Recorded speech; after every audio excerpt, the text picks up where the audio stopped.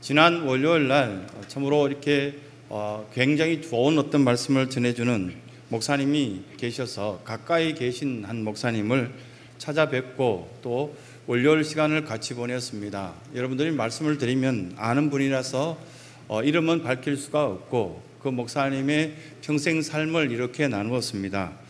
목사님의 가정 속에서 여러 가지 아픔도 있었구나라는 것을 알게 되었고, 개척을 처음 하였을 때, 이 가까이에서 교회를 시작하였을 때 참으로 하나님 은혜 가운데 딸을 놓았습니다. 딸을 이제 선물로 받고 너무 기뻐하고 즐거웠는데 며칠 지나지 않아서 그 딸의 지능이 온전치 않다는 것을 알게 되었습니다. 또 몸도 제대로 가누지 못하는, 평생 동안 누군가 도와줘야 되는 장애를 갖고 있다는 것을 알게 되었습니다. 그러고 난 뒤부터 개척할 당시에 교인도 몇 명 없었기 때문에 참 어려운데 이 아이를 어떻게 해야 되나 고민스럽고, 많은 성도들에게 있어서 하나님의 위로하심은 가정 속에서, 말씀 속에서 있어야 된다는 것을 이야기했던 목회자의 가정 속에 이런 어떤 것들을 어떻게 나쁘게 생각할 수 없었기에 어떻게든지 이 아이를 잘 키우려고 했었는데, 나중에는 사모님이 이제 이야기하시는데 그 아이가 조금씩 자라가면서 더 감당하기 힘들어서 한강변에 그 아이를 데려가서 두 번째 굉장히 두 번이나 힘든 결정을 하려고 썼다고 합니다. 그 아이를 데리고 가서 한강변에 섰다가 다시금 손을 잡고 돌아오면서 펑펑 울었던 때가 두 번 있었습니다 라는 이야기를 하셨습니다. 한 번은 교회가 이제 성장하여서 여자 전사님을 두게 되어서 여자 전사님이 들어오게 되는데, 홀트 아동복지센터에 아이들을 담당하던 전사님이 들어오자 그 목사님께 이렇게 이야기합니다.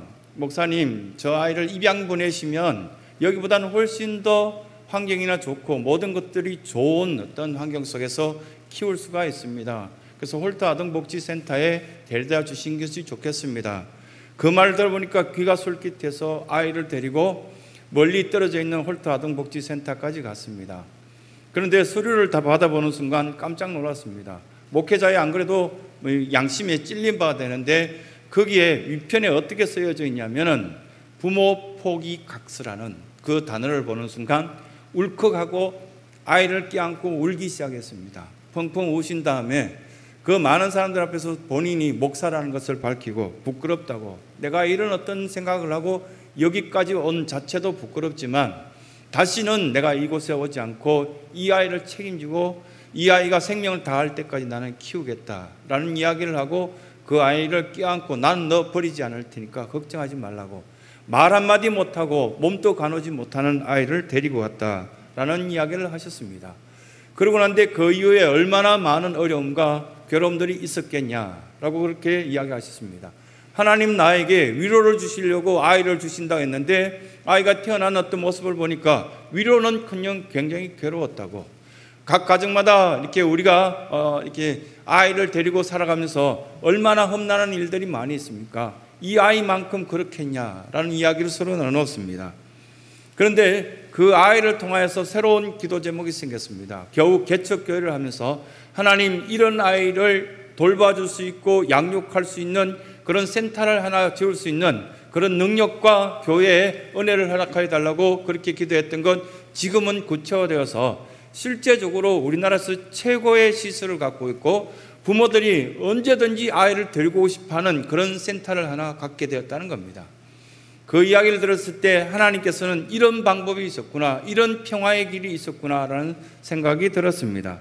그리고 지금은 이렇게 집에서 멀리 떨어진 곳에 힐링 센터를 두고 심지어는 미국에서나 많은 주변에 있는 사람들이 매일같이 찾아와서 그 아픔을 나누고 괴로움들을 나누면서 힐링이 되고 치유되는 그런 위로받는 장소가 되었다는 자랑스러운 이야기를 듣고 왔습니다.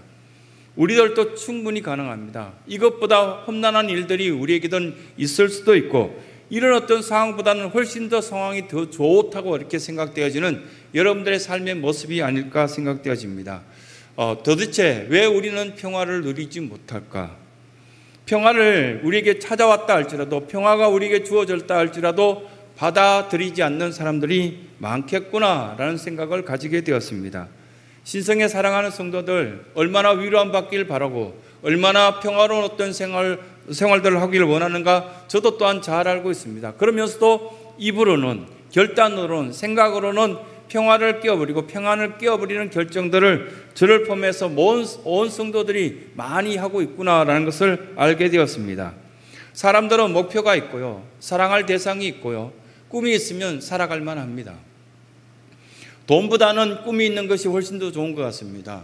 살아갈 만한 인정받는 것, 그리고 또한 많은 사람들을 이렇게 사랑하고 함께 할 수 있는 그런 여건들이 된다면 돈 좀 없어도 사람들은 죽지 않습니다. 그러나 꿈이 사라지고 왜 사는 이유가 없어지고 수많은 사람들과 관계가 부딪히면 굉장히 괴롭다고 말합니다. 교회가 어려워질 때가 언제입니까?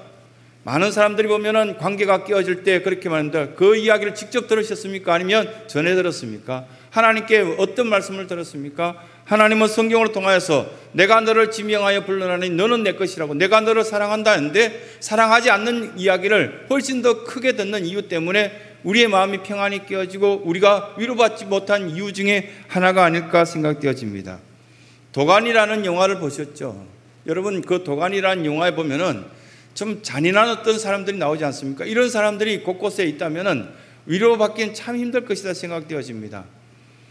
설교를 준비하면서 유튜브로 다시금 이 도가니 장면들을 다시금 되짚어 봤습니다. 보았더니 어떻게 저럴 수 있을까? 쌍둥이 형제 가운데 한 명은 교장, 한 명은 서무부장, 그리고 또 보면은 그의 형수되는 사람은 기숙사를 전체를 관장하는 사람의 역할을 하죠. 뭐 이야기들, 나쁜 이야기들이 새나가지 못할 정도로 다 막아 놓았습니다.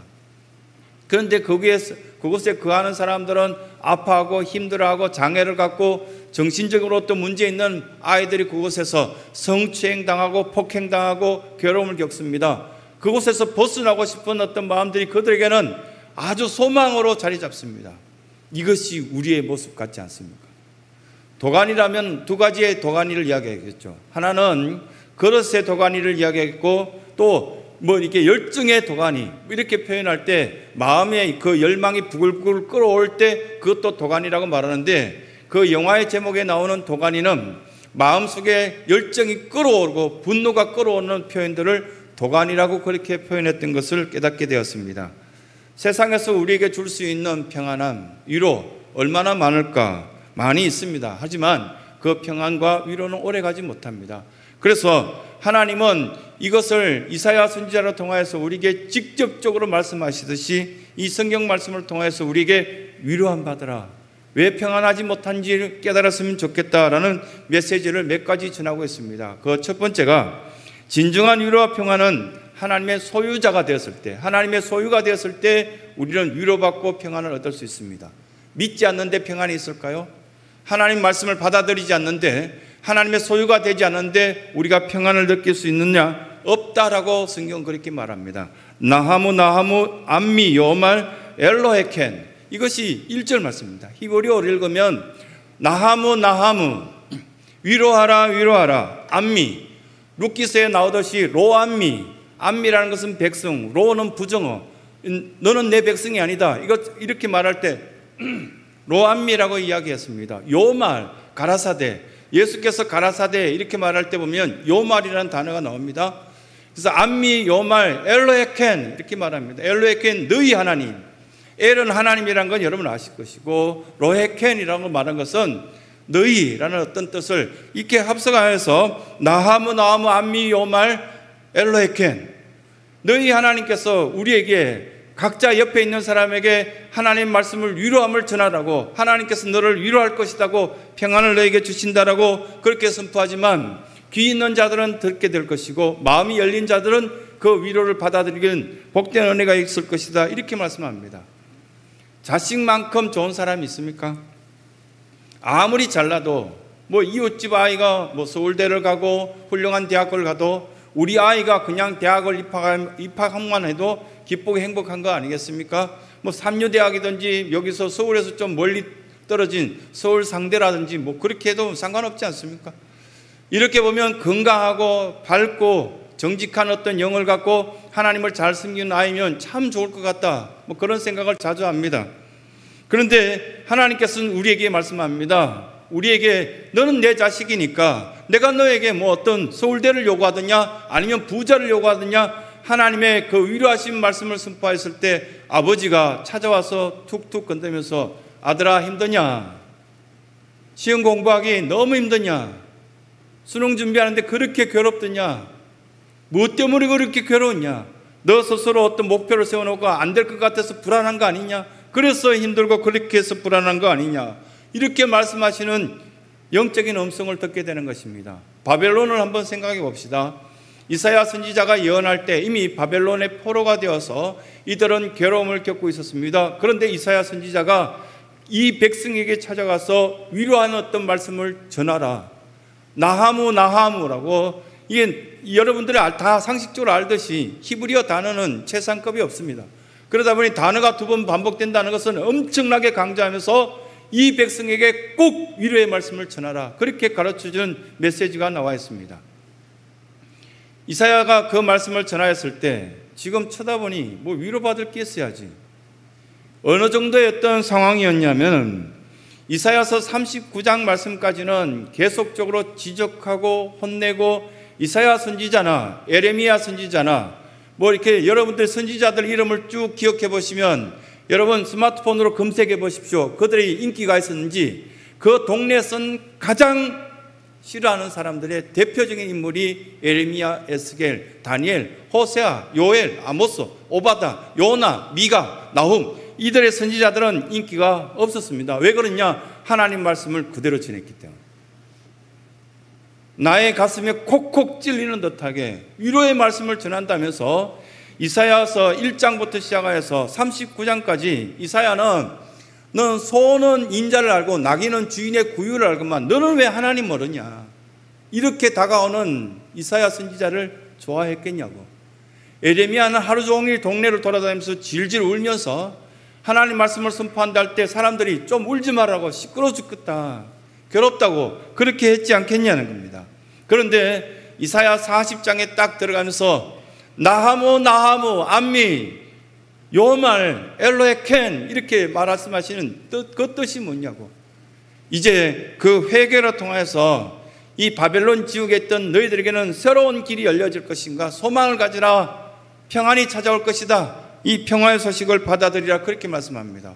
농사 수확을 가을이 되어서 다 걷어놨더니 일제치하처럼 이 바벨론 사람들이 와서 싹 다 걷어갔거든요. 또 한겨울을 어떻게 살아갈까 고민해야 되고요. 그것보다는 더 괴로운 것이, 책을 읽다 설교 준비를 하다 보니까 문헌을 읽어봤는데 바벨론 사람들이 이스라엘 사람들에게 가장 잔인하게 한 것 중에는 한 가지 제가 기억나는 것은 자식들을 데리가 버리는 거예요. 딸을 예쁘게 잘 키워놨더니 이스라엘 백성들은 정직한 것과 순결한 것, 그리고 또한 그들에 있어서는 깨끗한 것을 강조하는 그 식구들을 뺏어와서 자기들의 노예를 삼거나 며느리로 삼거나 이런 일들이 비일비재한 것들이 발견됩니다. 아마도 이들에게 있어서는 난잡한 어떤 그들의 생활 가운데 좋은 며느리감 구하고 이런 것들이 힘들지 않았을까 생각되어지는데, 가축이나 노예를 이렇게 뺏어가는 건 좀 이해되지만 잘 키워놓은 딸을 뺏어갔을 때 이들은 얼마나 힘들었을까요? 거기에 평화가 있었을까? 거기에는 위로라는 것이 있었을까요? 없었습니다.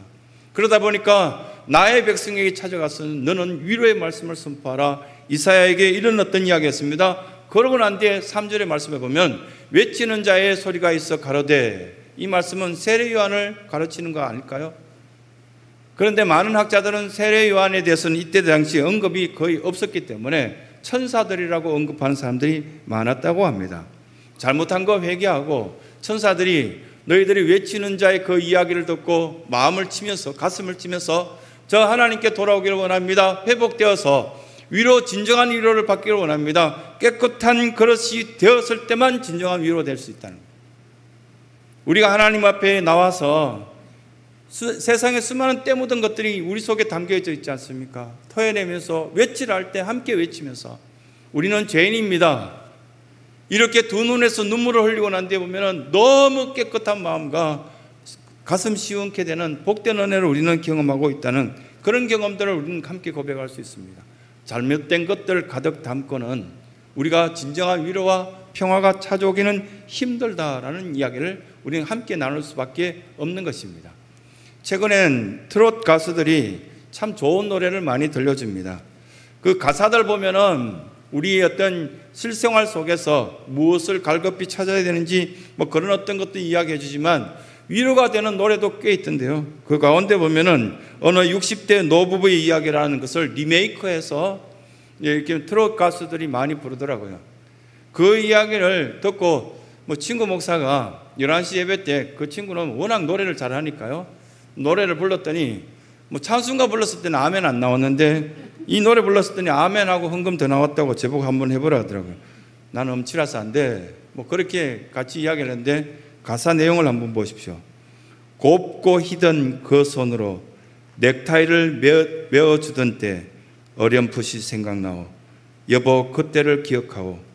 막내 아들 대학 시험 뜬 눈으로 지내던 밤들 어렴풋이 생각나오. 여보 그때를 기억하오. 세월은 그렇게 흘러 여기까지 왔는데 인생은 그렇게 흘러 황혼에 기우는데 큰딸아이 결혼식 날 흘리던 눈물방울이 이제는 모두 말라. 여보 그 눈물을 기억하오.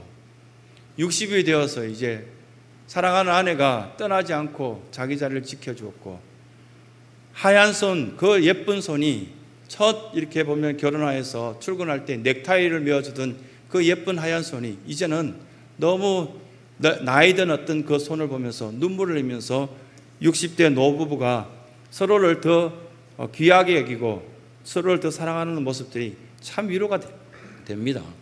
그런데 이 위로는 여기서 끝이에요. 여러분들이 보면은 리스트에 곡 3번 곡을 보면은 위로라는 곡이 있거든요.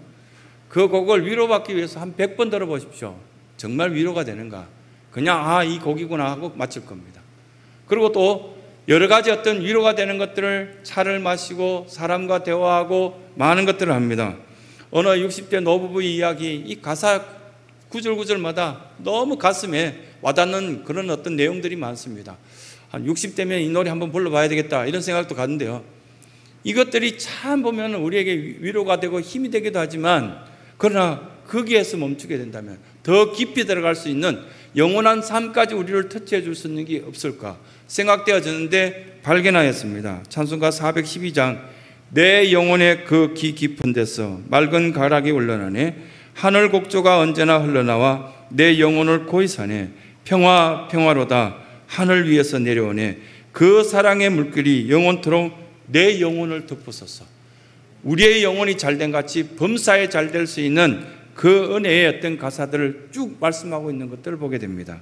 이것은 코넬이라는 사람이 기도원에 가서 자기가 이렇게 기도하고 또한 여러 사람들 앞에 그 감정스러운 어떤 이야기를 나누고 그렇게 하고 난 뒤에 방에 들어와서 큰 은혜를 입었던 것을 바로 곡으로 써서 책상 위에 놓아두었더니 그와 함께 이렇게 교제하고 있던 사람, 그 사람이 쿠프라는 사람이 그 방에 들어와서 그 곡을 보고 바로 그 자리에서 곡을 붙인 것이 찬송가 412장이 되었습니다. 여러분들의 인생에 수많은 우여곡절, 이렇게 보면 우리의 탁자의 식탁 위에 우리의 곡들을 써놓을 수밖에 없는 그 곡들 위에 하나님은 말씀으로 우리에게 채워주시고 말씀으로 여러분들의 가슴 속에 써내려가는 어떤 모습들이 있을 겁니다. 고백하시면 됩니다. 우리가 하나님께서 주신 이 메시지처럼 진정한 위로와 평화는 내가 하나님의 소유가 되면 여러분들은 하나님의 것이기 때문에 위로함과 진정한 평화를 누리게 된다는 사실을 말씀 가운데 교훈하시는 겁니다. 두 번째는 참된 평화는 하나님 있고 이웃이 있을 때입니다. 하나님이 없이 사람들만 있다면 이것은 어렵습니다. 반면에 하나님이 계시고 하나님이 허락하신 이웃들과 함께 나누는 그 시간이 되었을 때는 우리가 너무나 행복한 참된 위로를 받게 되는 것을 느끼게 됩니다. 어렸을 때 지금 정도의 계절이 되면 겨우 문풍지 하나로 발라놓았던 옛날 기와집 그거 보면은 방 안에서 그렇게 두껍고 무거운 어떤 이불을 형제들끼리 같이 덮고 낄낄 뭐 이렇게 웃고 막 그랬던 것을 기억납니다. 동치미 국물을 한 그릇만 해도 다 행복했습니다. 저녁에 보면은 고구마를 구워서 이렇게 형제들하고 막 웃으면서 이렇게 얼굴에 시커멓게 된 어떤 모습을 바라보면서 같이 웃었던 그것들이 기억납니다. 그것들 바라보면은 참 행복했구나, 참 재밌었다 이런 생각이 납니다. 유재화 시인의 이런 이야기를 기억납니다. 하나님은 모든 곳에 계실 수 없어서 우리에게 어머니를 주셨다고요. 각 가정마다 하나님 모습을 가장 닮은 그 어머니가 우리의 마음을 위로하고 끝까지 들어주고 끝까지 참아주고 그렇게 했던 것들을 우리는 기억나게 됩니다. 로마서 12장 18절 말씀해 보면은 할 수 있거든 모든 사람들과 더불어 화목하라 라는 말씀들을 우리에게 주셨습니다. 주님께서 오실 때 주의 길을 예비한 사람, 이 예비한 자가 누구인가? 화목케 하고 서로의 위로의 말씀들을 전하고 하나님의 뜻을 실천한 그 사람들이 보면 위로자들 뿐만 아니라 하나님께 먼저 쓰임받을 수 있는 일꾼이 되는 것을 우리에게 말씀하신 것들을 보게 됩니다. 경쟁의 길에서는 우리는 위로함 받기 힘듭니다. 더 좋은 학교, 더 좋은 차, 더 좋은 이렇게 평가받는 것, 여러 사람들에게 인정받지 못해서 괴로워하고 힘들었던 우리의 마음들이 있다면 그 마음 속에는 진정한 위로는 찾아오지 않는다는 겁니다. 평화는 머물지 않는다고 그렇게 우리에게 말씀하시면서 쫓겨다니듯 살지 말고 하나님께서 만져주신 그 은혜의 위로함과 평화를 누리라고 우리에게 말씀하신 것을 듣게 됩니다. 그래서 5절 말씀을 여러 번 읽어 나가다 보면 어떤 말씀이 있냐면 모든 육체가 이웃들과 더불어 그것을 함께 보리라 이렇게 말씀하신 것을 보게 됩니다. 말씀에 눈이 가득 차 있는 자들, 말씀이 그 심령 속에 가득 차 있는 자들과 함께 더불어 이야기한다면 평가나 불평이나 여러 어려움들을 이야기하는 것보다 기쁨과 감사의 어떤 고백들을 서로 하게 된다면 풍성한 은혜와 풍성한 위로가 우리 가운데 있지 않느냐라는 말씀을 하게 됩니다. 성탄 이브 날 여러분들은 밤을 새우면서 아이 때나 아니면 청년 때 이보면 새벽송을 돌기도 하고 선곡을 하기도 하고 그렇게 했을 때 함께하고 거기에는 높낮이가 없었고요. 누가 잘난 사람도 없고 못난 사람도 없고 새벽송을 돌면서 그냥 너무 행복했던 그것들을 기억한다면 왜 그때는 행복했고 지금은 우리에게 여러 가지 어떤 아픔들이 있을까? 그 속에 하나님의 위로함이 우리에게는 있어야 되는데 하나님 있고 이웃이 있어야 되는데 우리 스스로가 높아지려고 하는 경쟁적인 어떤 모습이 우리 속에 있기 때문에 위로나 평화가 없구라는 것이 발견되어집니다. 그러면 이 말씀의 결론적인 부분에서 이렇게 말씀합니다. 하나님을 인정하고 하나님을 의지할 때 진정한 평화가 있다는 것을 우리에게 말씀으로 교훈을 주십니다.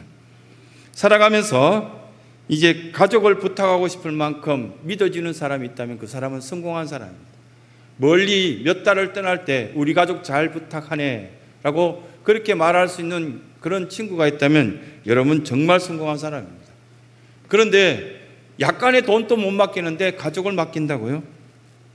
그리고 또한 마치 우리의 평안을 저당 잡은 듯이 옆에 사람하고 오히려 더 경쟁하고 내가 아는 사람하고 더 미워하고 시기하고 질투하는 속에 위로함이 있겠냐라고 성경은 우리에게 말씀합니다.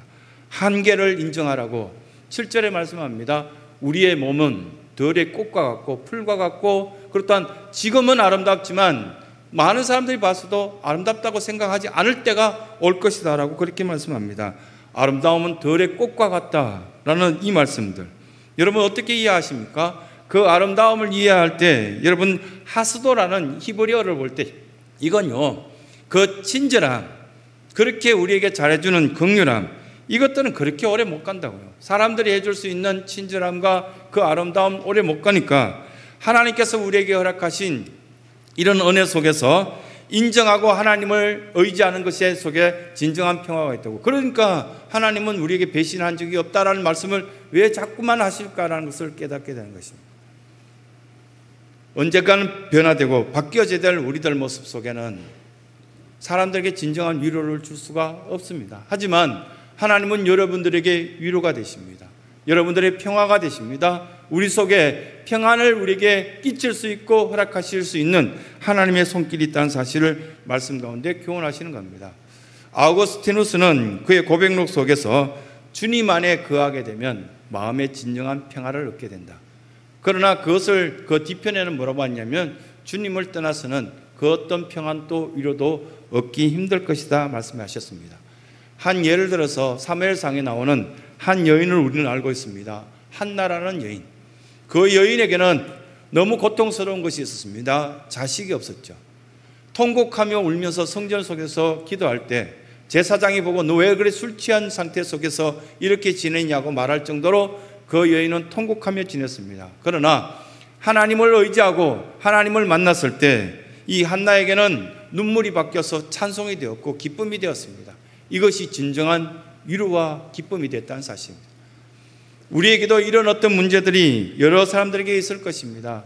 한나와 같은 여인들도 있지 않겠습니까?